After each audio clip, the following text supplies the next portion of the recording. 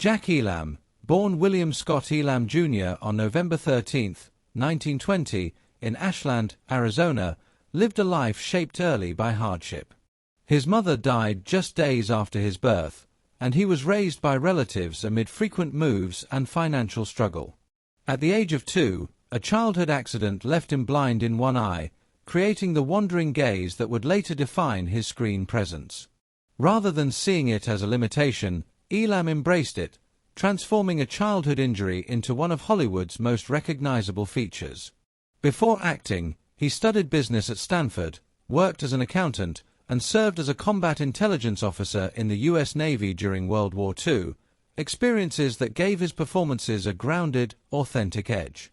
Elam's path to Hollywood was accidental. He began behind the scenes as a technical advisor and bookkeeper, but casting directors soon noticed his distinctive look. By the early 1950s, he became a familiar face in westerns and crime dramas, often playing outlaws, gunmen, and morally ambiguous figures. Though frequently cast as villains, Elam brought complexity to even the smallest roles, suggesting inner lives filled with tension, humor, and weary humanity.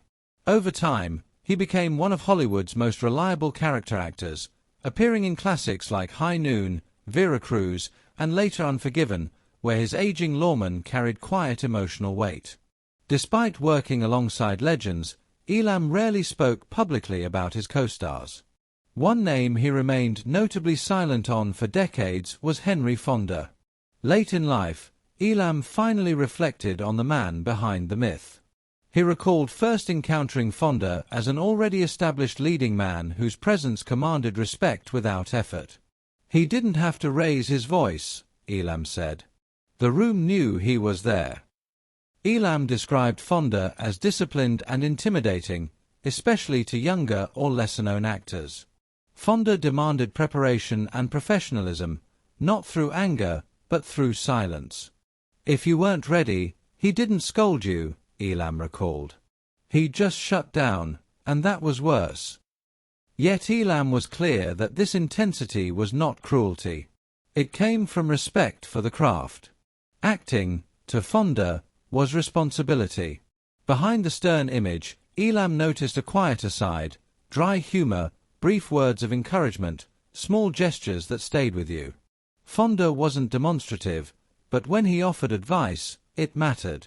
Those moments helped Elam gain confidence in an industry that often overlooked character actors. Looking back, Elam rejected extremes. "Henry Fonda," he said, "was neither saint nor tyrant, just human. Talented, demanding, complicated. What endured wasn't fame, but seriousness about doing the work right." For Jack Elam, breaking his silence wasn't about gossip.